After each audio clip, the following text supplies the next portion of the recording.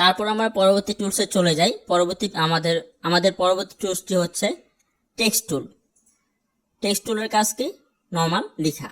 আপনার টেক্সট টুলে ক্লিক করবেন, এটা শর্টকাট কমান্ড হচ্ছে টি। আপনার এভাবে সিলেক্ট করার পর এভাবে ড্র করতে পারবেন, অর্থাৎ এভাবে লাইন টেনে তারপর হচ্ছে যে কোনো কিছু লিখতে পারবেন। আপনারা ফন্টের ডিজাইন চেঞ্জ করতে হলে এখানে ক্যারেক্টারে যাবেন, এখান থেকে আপনারা কি এরিয়াল সিলেক্ট করে আপনার ফন্ট চেঞ্জ করতে পারেন, এখান থেকে মোটা চিকন করতে পারেন। হ্যাঁ, মূলত এটাই হচ্ছে টেক্সট টুলের কাজ। এটা খুব কমন একটা টুলস, অনেকেই আমরা ইউজ করে থাকি। এটা সাইজটা হচ্ছে আমরা এখান থেকে চিকন মোটা করতে পারবো। হ্যাঁ, দেখুন এখানে সর্বোচ্চ সাইজ কিন্তু 96 হয়। হ্যাঁ, কিন্তু আমরা এর থেকে বড় করতে পারি। কিভাবে পারি? আমাদের যে ট্রান্সফর্ম টুলটার কাজটা ইউজ করতে পারি। এখানে ক্লিক করলাম, এবার দেখুন এখান থেকে আমি শিফট ক্লিক করে এটা করি, অথবা নর্মাল এইভাবে করি, এইভাবে হলো। আর যদি শিফট ক্লিক করে যদি করতাম, সমানভাবে বড় হচ্ছে অথবা চিকন হচ্ছে, ছোট হচ্ছে। হ্যাঁ, আর যদি এই টেক্সটের কাজটা আর এই টেক্সটের কালারটা আমরা চেঞ্জ করব, এখান থেকে হচ্ছে এই ফিলে ক্লিক করে আমরা কালার চেঞ্জ করতে পারবো। আচ্ছা, আরো কাজ রয়েছে এখানে। টেক্সট টুলটার আরো কিছু কাজ রয়েছে, যেমন দেখুন আমি হচ্ছে সর্বপ্রথম এখানে একটা কিছু লিখলাম, উপরে এখানে একটা লেয়ার ক্লিক করে, লেয়ারের কাজগুলো আমরা পরবর্তীতে বলে দিব, সমস্যা নেই। আচ্ছা, কোনো কিছু লিখলাম, লেখার পরে এখানে সাপোজ আমি ইন্টার দিয়ে নিচে আর একটা কিছু লিখলাম। এখন আমি সিলেকশন টুল বাইরে সিলেক্ট করে আমি নর্মালি ক্লিক করি। আমি চাচ্ছি এই দুইটা লাইন, এই দুইটা টেক্সটের মাঝখানে যে গ্যাপটা রয়েছে এটা আমি আরো বাড়িয়ে দিব। হ্যাঁ, সেক্ষেত্রে আমরা কি করতে হবে? এটা ক্লিক করতে হবে। করার পর দেখবেন এখানে ডান পাশে চলে আসছে প্যারাগ্রাফে ক্লিক করবেন। করার পর এখানে দেখুন কয়েকটা অপশন রয়েছে। আমরা যদি এই অপশনটা যদি দেখুন কম বেশি করি, তাহলে কি এটা কন্ট্রোল করা যাচ্ছে, এটা আমি নিচে নিতে পাচ্ছি। তো এটাই হচ্ছে মূলত টেক্সট টুলের কাজ। এটা খুবই সহজ একটা টুলস। এটা আমাদের অ্যানিমেশনের ক্ষেত্রে খুব একটা প্রয়োজন হয় না। আপনারা যখন থাম্বনেল বানাতে চাবেন অথবা অন্যান্য ক্ষেত্রে এটা মাঝে মাঝে প্রয়োজন হয় আর কি। আমরা পরবর্তীতে অ্যানিমেশন করার ক্ষেত্রে যখন আমাদের প্রয়োজন হবে কখনো, তখন আমরা অবশ্যই এই টুলসটার কাজ শিখবো এবং করব প্র্যাকটিক্যালি। আমরা এখন আমাদের পরবর্তী টুলসে চলে যাই। পরবর্তী টুলসটি হচ্ছে পেইন্ট বাকেট টুল। এটা শর্টকাট কমান্ড হচ্ছে কে। এই টুলসটার কাজ কি? ধরুন আমরা কোনো একটা বক্স আমাদের রয়েছে, এভাবে একটা লাইন দিয়ে বক্স রয়েছে, আমি এটার ভিতরে একটা কালার করতে চাচ্ছি। এখন এই কালারটা আমি কিভাবে করব?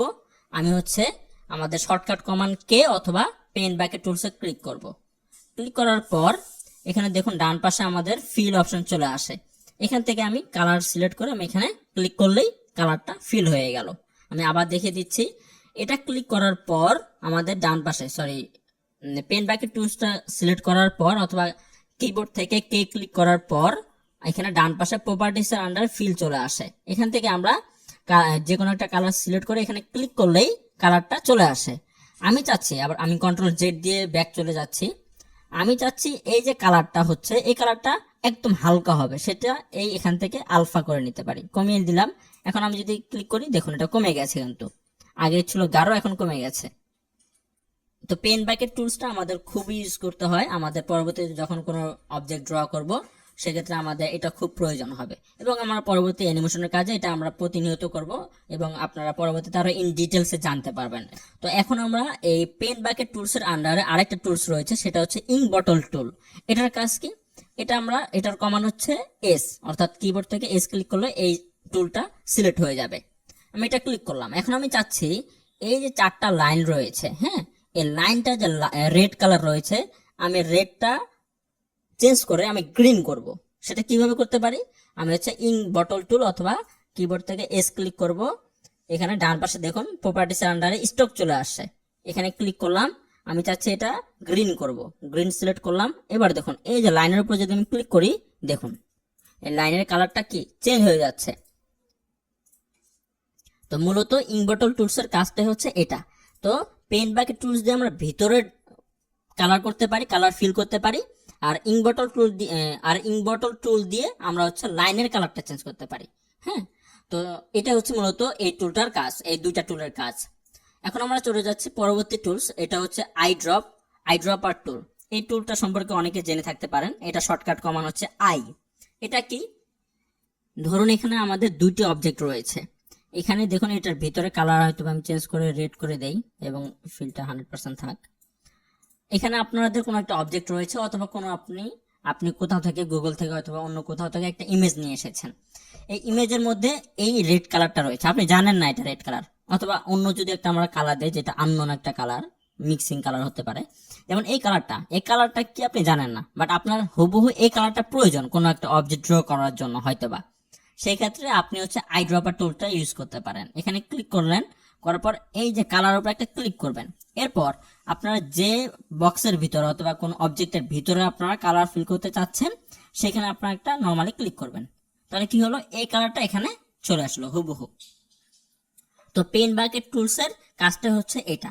এখন এখানে একটা বিষয় লক্ষ্য করুন, আমাদের এই অবজেক্টটা কন্ট্রোল জেড দিয়ে আমি ব্যাক করে নিলাম, আমি এটা সিলেকশন টুল দিয়ে এটা নিচে এই পাশে নিয়ে এসে আমরা কিউ ক্লিক করে ট্রান্সফর্ম টুলে ক্লিক করে আমরা এটা ছোট করে নিচ্ছি। দেখুন এখন এই যে চারটা লাইন কিন্তু একসাথে করা আছে। আমি যদি কোনো একটা লাইন যদি ছোট করে দেই, যেমন একটু ডিলিট করে দিই সাপোজ, এখানে তিনটা লাইন করা আছে, অর্থাৎ একটা লাইন এখানে নেই, এখানে আবদ্ধ নেই, জিনিসটা খোলা উন্মুক্ত। এখন কিন্তু আমাদের এই আইড্রপার টুলটা কিন্তু আর কাজ করবে না। দেখুন এখানে ক্লিক করলাম, এই কালার উপর ক্লিক করলাম, এখানে দেখুন এখানে ক্লিক করলে কি আর কালার হবে না, কারণ কি এটা আবদ্ধ নয়। সুতরাং উন্মুক্ত কোনো জায়গায় আইড্রপার টুলটা কাজ করবে না। হ্যাঁ, আইড্রপার টুলটা কাজ করবে না। আইড্রপার টুল দিয়ে কালারটা যদি নিতে হয় তাহলে যে অবজেক্টের ভিতরে নিতে চাচ্ছেন সেটা একদম স্কোয়ার অথবা আবদ্ধ থাকতে হবে, অর্থাৎ এটা কোনো পাশে ফাঁকা থাকা যাবে না। আমরা পরবর্তীতে আরো ডিটেলসে জানবো, সমস্যা নেই। পরবর্তী টুলসে চলে যায়। পরবর্তী টুলটি হচ্ছে হ্যান্ড টুল। এটা দিয়ে কি হয়, এটা শর্টকাট কমান হচ্ছে এস। কোনো কিছু এটা ক্লিক করে আপনারা এই যে আমাদের স্টেজটা রয়েছে এটা নাড়াতে পারেন। হ্যাঁ, এটা উপর নিচে এভাবে করতে পারেন। এটা আমাদের প্রায় সময় প্রয়োজন হয়, কখনো হয় কখনো হয় না। আমরা হচ্ছে এটা আমাদের যে কিবোর্ডের স্পেস বাটন রয়েছে সেটা ক্লিক করে কিন্তু আমরা করতে পারি। সাপোজ আমাদের এই ট্রান্সফর্ম টুলে ক্লিক করা আছে, আমি চাচ্ছি না আমি এই টুলটা আবার সিলেক্ট করব, এই হ্যান্ড টুলটা, তাহলে আমি স্পেসে ক্লিক করলাম, ওই টুলটা সিলেক্ট অপশন থাকা অবস্থায় কিন্তু আমরা এই হ্যান্ড টুলের কাজটা করতে পারবো। হ্যাঁ, আচ্ছা, এই টুলটা সিলেক্ট করাই রয়েছে। তো এটাই হচ্ছে মূলত হ্যান্ড টুলের কাজ। এর পরবর্তী টুলসটি রয়েছে সেটি হচ্ছে জুম টুল। এই জুম টুল দিয়ে জুম করা যায়, এটা তো সবাই জানেন।